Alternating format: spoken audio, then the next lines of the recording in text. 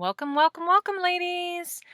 All right, so we are going to start off our brow lab with why eyebrows. And a quick little reminder before we do, I would like for you to go ahead and download your eyebrow PDF. It is going to walk you through how to identify and how to create your ideal brow shape. So make sure you do that so that we know what type of eyebrow shape you are and if there is a different type of shape that you want to create. So go ahead and do that now. Go ahead and print that off and go through the guide, the roadmap, and identify those two features.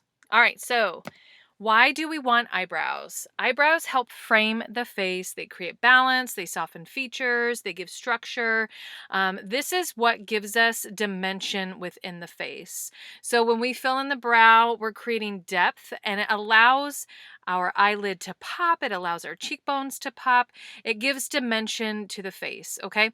So, one thing that I always like to show people or kind of relate it to is a photo and a framed picture, if you will. So here is Mona Lisa.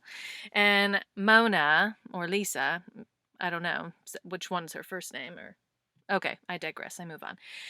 Mona here, she has on the left side a non-framed photo, on the right side it is framed. And what I want you to do is to study this photo and I want you to look at the background of this image. So what I notice when I take a look at the left side versus the right side is that on the right side here, if you can follow my mouse, there is more contrast and depth within these color tones versus over on this side. You can see right through here, everything right in this area looks a little more flat versus over through here, you notice the depth and the contrast of those tones. And it's all because of that frame. It's all because this particular photo is framed. So your brows do the same thing for the face. It gives it depth and dimension, and it allows those other colors, tones in the face to pop. Okay. So we have, I'm going to call her Monique here. I'm not sure who she is, but I wanted to show you the difference in these brows. So she does not have her makeup on right now. And of course, here we have our finished makeup look. And as I zoom in, we have darker brow hair. We also have a soft angled arched brow. And so on this right hand side, we have it filled in. So this gives her more depth, more structure, especially when you are wearing a smoky eye. Let's go over here to Elisa. Lisa, if you take a look on the left side image, her brow hair is lighter than her natural hair. And so on the right side, we have a deeper brow that has a little bit of a darker tone to the brow product. Now, whether she used a gel or a powder, that brow color is a little bit darker, so it creates a little more intensity and depth into the brow. It also, you can see on the left side, she has deep set eyes. And look on the right image, even with, or let me repeat that, even, or besides, there we go, besides the shadow that you're seeing and noticing, that deeper brow helps soften this brow bone and it allows her eye to move forward rather than continue to be deep set. Okay, Hazel here. Hazel has one brow complete and one brow unfinished. So take a look at the unfinished side, this left side here. Okay, so what you're noticing is more of a flat image. It's almost as if the cheek and the forehead are on the same level. The depth is the same, right? If we move over to this right-hand side, notice the cheek, it's popping here. You're seeing depth in through here. You see the eye stand out a little bit more, and then you see the brow uh, defined, but that forehead is forward as well. The completed brow gives more dimension to the face versus that left side where it creates more of that flat finish. All right, so now we're wondering, how do we measure our brows? Our brows may not be full. We might be missing a piece. We have a hole or a gap in a section of the brow. How do we measure and where do we place our measurements? So on the outside of the nose, Step one, we are going to start at the outside of the nose and go straight up, so vertical. And we are going to go in the inter-rim of the eye and go up. That is where we will begin the brow, is at step one. Step two, the same point of reference on the outside of that nostril, and you are going to create a diagonal line through the pupil of the eye. This is where the highest point of the arch is going to be. And step three, again, at the outside of the nostril, you are going to the edge of the eyelid and you're going to go straight out. This is where the tail of the brow will end. Okay.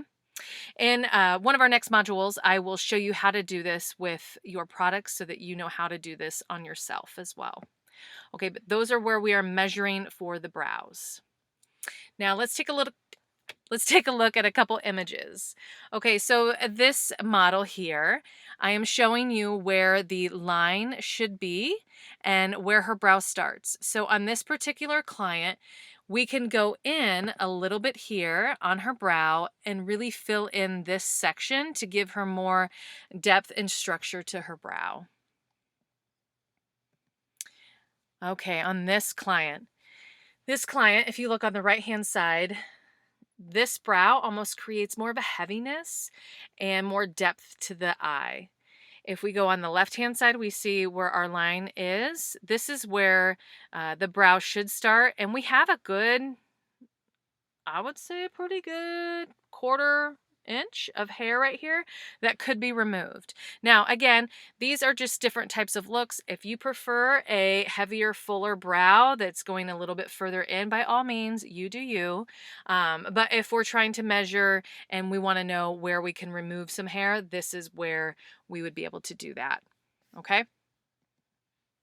All right, next up, we have our other client here, and we're going to call her Susan. So, Susan, if you notice, take a look down here at her nose. Now, I'm assuming Susan's smiling, so that might be why the outside of her nostril is a little bit wider than this inner rim of the eye. However, if you experience a wider nostril outside of the inner rim, you always want to measure the beginning of your brow with the inner rim of the eye. We do not want to go on the outside of the nostril. Otherwise, that's going to cut us off and it's not going to give balance to the eyebrow shape. Okay, so we can see here where we are going to begin the brow. There's just a little bit of hair that we would remove. And then on the outer corner of the nostril and straight through the pupil, this is where we would place our highest point for the arch. And then this is where the tail would end. All right, so same thing. This other client, this brow is great because really all we need to do is create a little bit of a tail on the end, and then we could do a hard angled. She could also, this is more round, so she could create a little bit more of a straight line, a base right through here to give more structure to that brow. The great thing is with brows, you can really create any type of shape you want. So, pause. All right, so let's talk about eyebrow shape for face shapes. Okay, so each of these face shapes have a specific brow shape that you can go off of. So if you do not know your brow shape, let's identify your face shape, and then this will give you an idea as to what ideal brow shape you should have. Now, that does not mean that you cannot have any which brow that you want. You can have whichever one you decide. But if you are unsure as to where to start, this is where you're going to start. However, if you're unsure as to what brow shape to give yourself, this is where you're going to start. Okay. So these two particular ones on the top right, they are different face shapes. As you can see, this side is a little more narrow, as the jawline is a little bit wider through here. These are both round. This one, it's still round. I'm not sure why I did that. Pause. Okay, so we have straight, we have soft angled and hard angled, we have S shape, we have flat, straight brows. So in each of these face shapes, you can find your particular brow shape. All right. All right, so S-shaped, hard angled, soft angled, straight, and round. These are the five universal brow shapes that are out there. S-shaped always has a little bit of a curvature at the base of the brow, or I'm sorry, at the beginning of the brow. And hair typically tends to fleck up and it's a little bit longer. And then there's almost like this U right through here. So S-shaped kind of has that curve to it. It's a little bit softer on the arch as well. On a hard angled, we have what I call an upside down V for the arch. It is more precise in the structure of the top section of the brow. We also have a higher, uh, cleaner line right through here on the underside of the arch. Now, with the soft angle, what I like to tell people is basically you're going to sweep off this top section of the hard angled.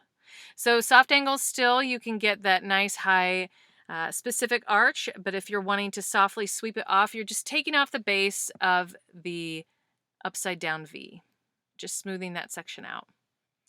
Now, on straight, they're also called flat brows. These typically do not have any type of arch, whether it be in the beginning of the brow or the end of the brow. They're a little more flat, more straight across. And then round shaped brows. These brows have a more of a circular arch to the whole brow versus it just being in the arch. So from the beginning of the brow to the tail end, there's always a curve to these brows.